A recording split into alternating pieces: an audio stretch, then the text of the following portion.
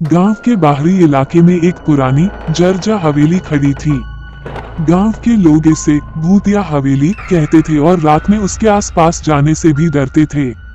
कहते थे कि वहां एक रानी की आत्मा भटकती है जिसे सैकड़ों साल पहले धोखे से मार दिया गया था। हवेली से कई डरावनी कहानियां जुड़ी थी, लेकिन सबसे ज्यादा सुनी जाने वाली कहानी थी उन लोगों की जो हवेली में गए और फिर कभी वापस नहीं लौटे।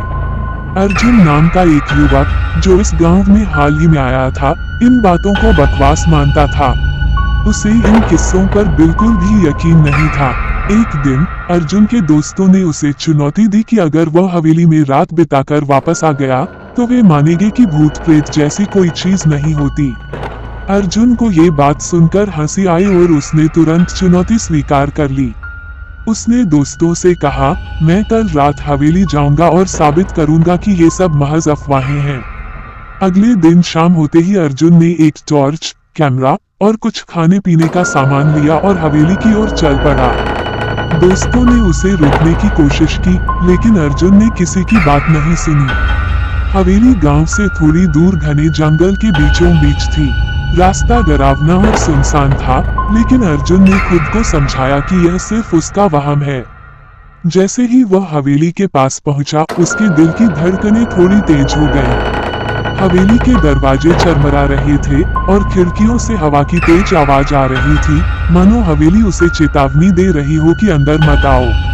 हवेली के अंदर घुसते ही अर्जुन को एक अजीब सी ठंडक ने घेर लिया। दीवारों पर धूल और जाले लगे थे और फर्श पर जमी हुई काई से लग रहा था कि यह हवेली सदियों से वीरान पड़ी है। वो धीरे धीरे गलियारों से गुजरते हुए अंदर की ओर बढ़ा। चारों ओर सिर्फ उसकी टॉर्च की हल्की रोशनी और कदमों की आवाज गूंज रही थी। हवेली की खामोशी डरावनी थी, लेकिन अर्जुन ने खुद को संभाला और अंदर एक बड़े कमरे में पहुंचा। कमरे के बीचों बीच एक पुरानी तस्वीर लटकी हुई थी। तस्वीर में एक महिला दिखाई दे रही थी जो बेहद सुंदर और शाही वस्त्रों में सजी हुई थी। अर्जुन ने उसे गौर से देखा और सोचा कि शायद यह वही रानी होगी जिसकी आत्मा के बारे में लोग कहते हैं। वो तस्वीर के पास जाकर खड़ा हुआ, तभी अचानक कमरे का दरवाजा जोर से बंद हो गया।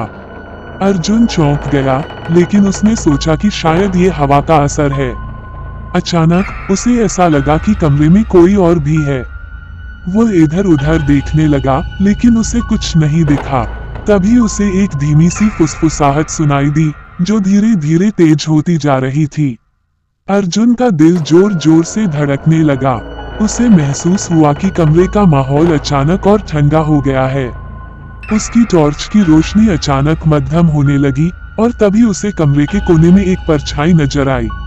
वो परछाई धीरे धीरे उसकी ओर बढ़ने लगी।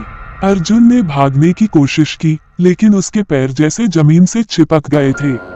वह चीखना चाहता था, लेकिन उसकी आवाज गले में ही अटक गई। परछाई के पास आते ही अर्जुन की आंखों के सामने अंधेरा छा गया और वो बेहोश होकर गिर पड़ा। जब अर्जुन को होश आया तो वह हवेली के बाहर पड़ा था। सुबह हो चुकी थी और उसके चारों ओर उसके दोस्त खड़े थे। दोस्तों ने बताया कि वे उसे ढूंढने के लिए हवेली में आए थे, क्योंकि वह पूरी रात वापस नहीं आया था। अर्जुन की हालत देखकर सब हैरान थे। उसका चेहरा पीला पड़ गया था और उसकी आंखों में खौफ साफ नजर आ रहा था। अर्जुन ने दोस्तों से कुछ भी कहने से मना कर दिया। उसने बस इतना कहा, वहां कुछ है, कुछ बहुत बुरा। उसके बाद से अर्जुन ने कभी हवेली का नाम नहीं लिया और न ही किसी ने उसे दोबारा वहां जाने की हिम्मत की। गांव में आज भी लोग कहते हैं कि रात को हवेली से किसी के रोने और चिल्लाने की आवाजें आती हैं। जो भी आवाजों को सुनता है वह महसूस करता है कि हवेली में कोई आत्मा अब भी कैद है जो न्याय की तलाश में भटक रही है। हवेली का खौफ अब भी गांव वालों के दिलों में जिंदा है और वे वहां जाने से कतराते हैं, ये जानते हुए कि हवेली में जो जाता है वो वापस नहीं आता।